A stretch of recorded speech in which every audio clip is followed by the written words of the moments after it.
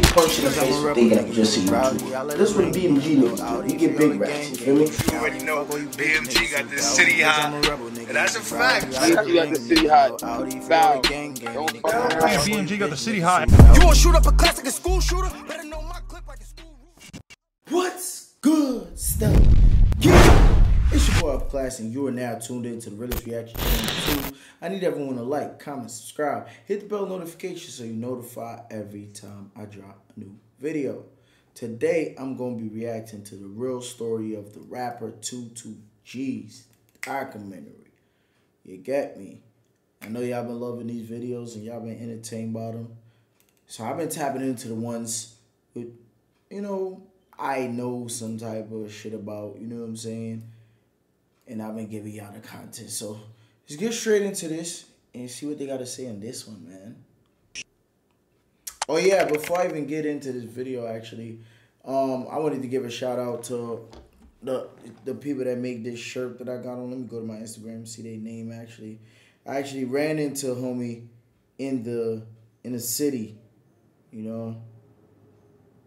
It's called Grimy Hearted. It got the little broken hearts on the side, and at the bottom down here, they got the GH with the broken heart. I don't know if y'all can see it too good, but they got the little GH down here with the broken heart and shit. Feel me? I seen homie and he was hustling, you know what I'm saying? He was out there in the city trying to get his shirts off, and he was hustling. So I'm like, yo, you know what? I'm gonna show you some support. And I'm gonna post your shit on my platform for you. Feel me? I do it out of love. But this don't mean everybody that has clothing now, you send it to me and I'm gonna just be posting all of y'all videos, all of y'all shit in my videos now. Like, this one was out of love on my behalf now. Anybody else, you want me to promote your shit?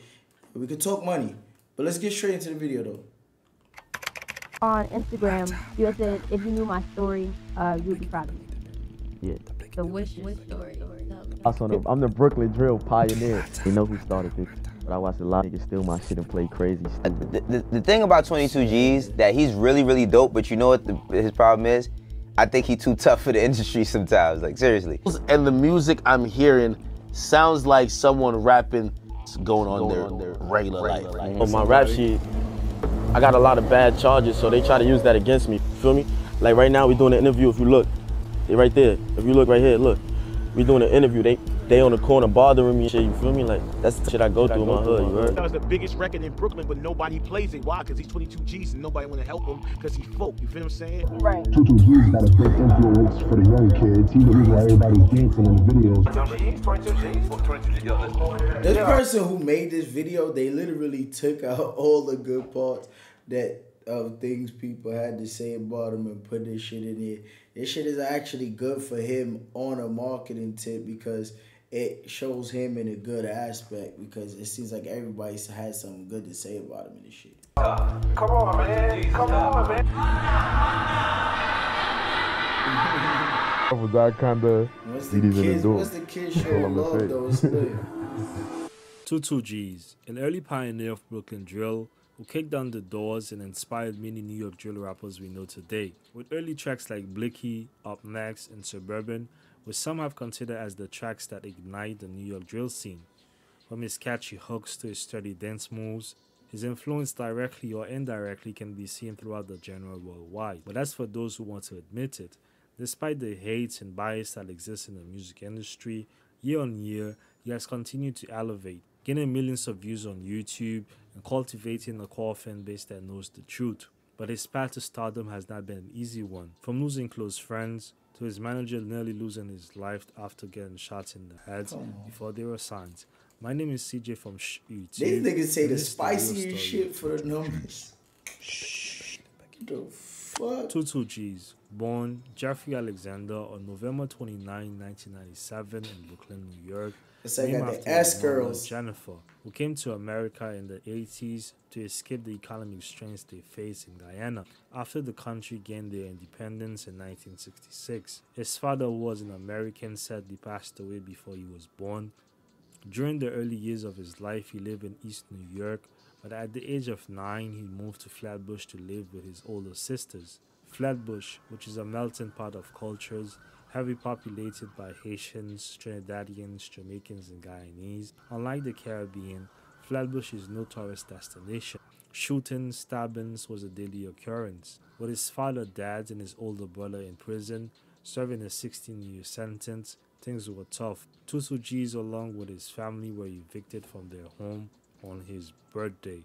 With a single mom who worked hard to provide, but sometimes even that is not enough. With no real meal models to speak of, he had to find a way to provide for himself. While attending Trinity Tech High School on East New York, he would often skip school and linked up with the kids in the neighborhood, two of whom you probably will know are Kid Jibola, R.I.P., and Kid The Wiz. Tutu G's, along with his peers, will dance on the Ain't it funny how niggas could grow up together like this and then beef with each other and want to literally kill each other? That shit's crazy. And make around $200 to $250 worth of tips. This was becoming a regular routine, and he missed a lot of this from school, to the point he had to drop out. This was when he picked up his first job as a construction worker. I actually got a job. This nigga was for 2 weeks. It was a good paying job, making $100. This nigga was a construction worker. What they had that nigga picking up? Mini bricks? What the fuck? Y'all know I gotta throw a joke in there. It's not up if I don't throw one too joke in there. It's not personal. You feel me? Carpentry. I'm small, but my means is pops. Figuring in business type shit. With school see, like he was saying, I'm small. And working a full-time job, he turned to the only thing he knew, the streets.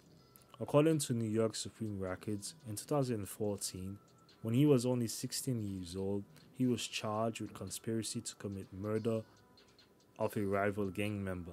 Growing up on the sound of Jadakiss and Meek Mill, chilling on the block freestyling was a common routine. Freestyling and playing ball, trying to make something out of nothing. During the early years of the Chicago drill era, he was inspired by the pioneer himself, Chief Keef. He kicked off his musical journey with an early moniker, Tutu Blicky. In 2016, Tutu G's released his first single, Blicky, featuring Nas Blicky in 2-6. That was not the first song this nigga dropped either. It's crazy because I just did a reaction to Chef shit and niggas was saying the first song Chef dropped was No Suburban. That wasn't the first song out. This nigga had a, like, I'm from Brooklyn, I'm really in tune. I'm from Flatbush, exactly. Like, I'm from Flatbush. Chef and them is like Caton, and these niggas is right there. Like, we all in the same area. We're all blocks away from each other, walking distance type shit. You feel me? So I know what's going on. There's a lot of people that watch on the internet and think they know the most because they've been watching a nigga for as long as he been rapping or whatever, or as long as he been popular or whatever. But nigga, you gotta remember, it's people in the hood that knew people before Cloud, before they was rapping, or they have beef with people, or they peoples have beef with each other. Shit like that. So people be knowing a lot of shit that y'all niggas won't know that's not on the internet. But anyway, as far as this goes with music, Tutu had some shit. We shot the video in a schoolyard. I think it was the park over there by their hood and shit. I don't remember the name of the shit, but that was the first shit. That was his first shit. X05 affiliate Nico Suave. After gaining popularity, and it's not the shit with Breezy Blakey where he did that dab shit, and that's not what I'm talking about. An old video, it's like a trash quality video, trash audio. It was one of those videos. He can vouch for this too. He quickly follow up with another one, Up Next, which some suggest influenced Pop Smoke 2019 drill song Flexin'. But don't take my word for it, listen to the chorus from both songs and you decide. Despite gaining thousands of views on YouTube, it wasn't until the release of Suburban he began to really gain traction around the world. The new sound shook the streets of New York. Yo, why do people act like tracks don't be diss tracks and niggas be using niggas' own tracks to diss them and like respond to them with their own flow and shit? Why do people ignore that? Like, it's not, you're not trying to steal somebody's style if you diss them on their own shit. Like, y'all be ignoring all the facts. And then when I say it, it's like, oh, yo, you don't like these niggas. That's why you saying that. And then it's like, no, nigga, no matter who it is, I'm going to say the facts, bro. accumulating over 100k views within a week. At the time, those numbers were unheard of for an upcoming artist, and his popularity was growing and being booked in every city. In 2017, while he was in Miami for a scheduled show, the unthinkable happened. Drive. 19-year-old Jeffrey Alexander allegedly shot and killed 30-year-old Ladarian Tyrell Phillips of Homestead. Alexander then fled to Alton Road and 6th Street with his 3 friends, say police, one of whom died after being shot by the cops. His ID still unknown tonight. There was a confrontation with Miami Beach police officers at that corner, and shots were fired. Alexander is now charged with 1 count of second-degree murder and attempted second-degree murder. I won't bore you to death with the details of the story, but eventually he beat the case, and within 5 months he was freed from all charges. Could you imagine being 19 years old, your father is dead, your older brother is in prison, and you, locked up in a jail cell, on your final teen years, not knowing if you'll spend the rest of your life in a jail cell? That could have broke him, but he remained strong, and rightfully so, as a general should. During this period of his life, 2two did not have an official manager. Everything he was doing was off the strength of him and Mo. Shout out to Vok and Mo. Yo, Mo, show your face, man. Who was a key player in the early stages of his career. While he was in jail on the murder charges, his manager now, Vakara Dunn, who 2 years prior was in a similar situation himself, which caused him 23 months of his life. And before he became the man he is today, Vok was well known for his street shenanigans. In 2013, he was arrested and charged with gun possession and sentenced to 23 months in Rikers Island. After his release, he learned how. What the fuck is this nigga talking about, bro? What do niggas be talking about? See, this is where some of y'all get your info from too. What is it? You cannot get sentenced to 23 months on Rikers Island. That's impossible. Anything over a year, when you get sentenced, you get a year and a day, nigga. You're going upstate. There's no such thing as getting sentenced to 23 months on Rikers Island. Never heard that shit in life, nigga. Anything over a year, you're going upstate. There's no such thing as getting sentenced to 23 months on Rikers Island. Unless you saying he was on Rikers Island for 23 months and then they gave him time served. That's the only way, nigga. But you cannot say nigga got sentenced to 23 months on Rikers Island. Impossible. Not happening. And if he said that, that's cap, because that's impossible. You know what I'm saying? That's impossible. I never heard of no one getting sentenced to 23 months on Rikers Island. You get sentenced to a year, you're going a year and a day, you're going upstate. You feel me? It's upstate. 23 months, it's upstate. Had to make beats. How did you get into music, man? When I was about 16, and I came home from jail the first time, my man introduced me to this program called MTV Music Generator. I don't know if y'all remember that. That was kind of legendary. I learned how to do beats on that, and I mean, went. You know what I mean? Then I stopped doing beats and started getting more into. I didn't even know. That's crazy. This is something I could say I don't know. And I knew this nigga for a minute. I didn't know he made beats. I know my other man's Fats made beats that niggas used to chill with and shit. That he used to chill with niggas around like his age and shit. He made beats and shit, but I didn't know this nigga made beats. That's crazy. This is something new for me. Managing this shit. I started managing an artist named Cardi back then. And then I started working with Push. I always worked with Push. And just however, like, we got a very, very close bond now. This was when he began to network his way in the industry and associate himself Vok is a swindle artist. That's all I know that. Mano, who had one of the biggest records around this time, but Push Montana buzz was starting to deteriorate. To support himself financially, he worked in a restaurant. During this time, 2two was blowing up. He was trying everything he could to get in contact with 2two while he was incarcerated. At the time, Vok wanted to make the transition from producer to artist manager and told 2two he would get him signed within 2 weeks.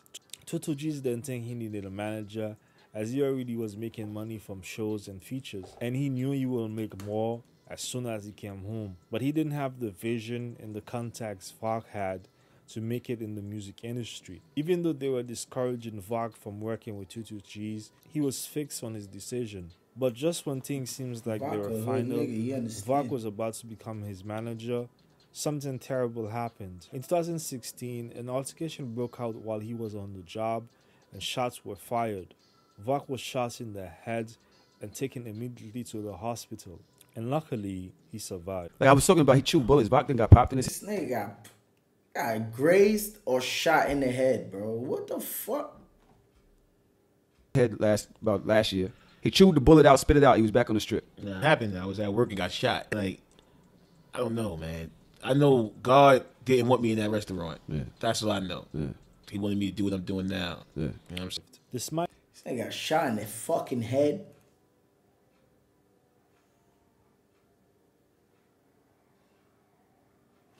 Bring this shit back here. At work and got shot. Hospital. And luckily, Vok was shot in the head. His manager. Something terrible happened. In 2016, an altercation broke out while he was on the job and shots were fired. Vok was shot in the head and taken immediately to the hospital. And luckily, I gotta call this nigga Vok after this shit. He survived. Like I was talking about, he chewed bullets. Vok then got popped in his head about last year. He chewed the bullet out, spit it out. He was back on the strip. It happened. I was at work and got shot. Like, I don't know, man. I know God didn't want me in that restaurant. Yeah. That's all I know. Yeah. He wanted me to do what I'm doing now. Yeah. You know what I'm saying? This minor setback would not stop him from working and pushing to get 22G signed.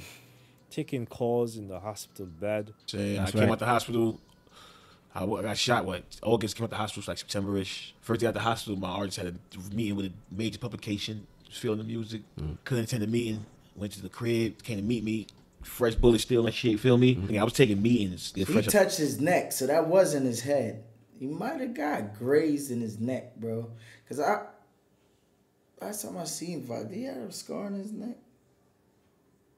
I gotta watch the video with me and Busy and shit. In the head. At the hospital, just talking, trying to get done. Eventually, he signed to Atlantic Records, and to help with more exposure, gain a co-sign from Kodak Black. 22Gz has influenced some of your favorite drill rappers, either directly or indirectly. His flows, his ad-libs, his dance moves can be seen in a lot of your favorite drill rappers, Niggas in church wild. locally or internationally. But the gang politics has always diverged from the fact. A lot of rappers have come up dissing him. It makes you wonder, if there was no 22Gz, who would did this? So it's safe to say he made a lot of careers. Upholding the Brooklyn tradition of invention. Alright, this is something I disagree with. Not just because it's Tutu, but any artist that say that, like, yo, somebody dissed me, so that's the way they became famous. Because drill rap, that's the whole, like, that's what drill rap is really about, dissing your fucking ops. So if there wasn't no ops, then who would anybody diss, right? What would niggas rap about then? It wouldn't be drill rap, you know what I'm saying? So you can't say anybody owes anybody to their fame or nothing, because at the end of the day, if Tutu's making drill rap, that means he has to be dissing an op too. So then that op that he's dissing is, you feel me, responsible for his success too then, if that's the case. Or any other rapper that says, oh, niggas diss me and then they got, nah, bro. I really feel like if you a drill rapper, you obviously have some type of op to this. You know what I'm saying? Because, nigga, you're rapping about drills. Obviously, who the fuck you doing drills on if you don't have no ops? You know what I'm saying? 22Gz stand tall in the forefront of Brooklyn drill.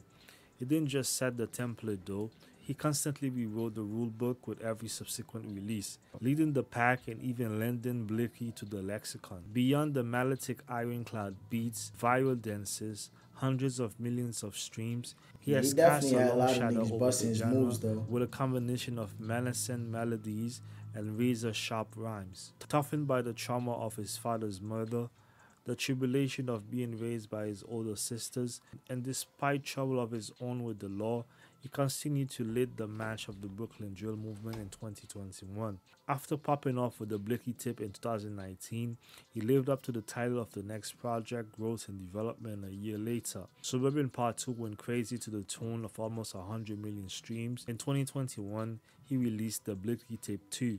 I truly believe we are just seeing the beginning of 22Gz. With the right marketing, the full support of his label, you will see the full potential of 22Gz. Before he reached supreme level, just wanted to give him his flowers before it's too late. 5 years from now, when he becomes a household name, people will wonder, where did he come from? I hope watching this story, they realize exactly where he came from. My name is CJ from Shh, and that was... The video was informative because at one point, like now, I see if Vok did get hit in the head, this is something I'm I said super lead. This is something I'm super oblivious to. Like I wasn't aware of that. But I'm sure he didn't get shot in the head. He must have got grazed or some shit, or grazed in his neck or some shit. And, you know, people spice it up in the hood, but I gotta ask him to verify, so don't quote me on it. Most people probably didn't even watch to this part to see that I corrected myself, but shout out to you if you did. Anyway, at the end of the day though, like, a lot of this shit in the video is facts, but a lot of this shit is, you know, tweaked a little bit in favor. I guess people, whenever you make videos on YouTube, I noticed this with a lot of content creators, especially when they covering like people in the hood, drill rappers specifically, they sugarcoat how they put things in order to have people in their corner, or to, you know, get themselves some type of favor from the artist and shit like that. You know what I'm saying? Because you could hear by the outro how he ended the video and shit like that, that, you know, that was his intention, to get some type of favor or whatever. But me now, I just be saying how I feel and shit. And niggas take it as hate, but I just be saying how I feel. And then some of y'all think the same way I think, but y'all just too scared to say it. You know what I'm saying? There ain't no hate to none of these niggas. It's crazy because when I did the sit down with Busy, Vok was there. Vok FaceTimed Tutu while I was there. Me and Tutu spoke on the phone on FaceTime.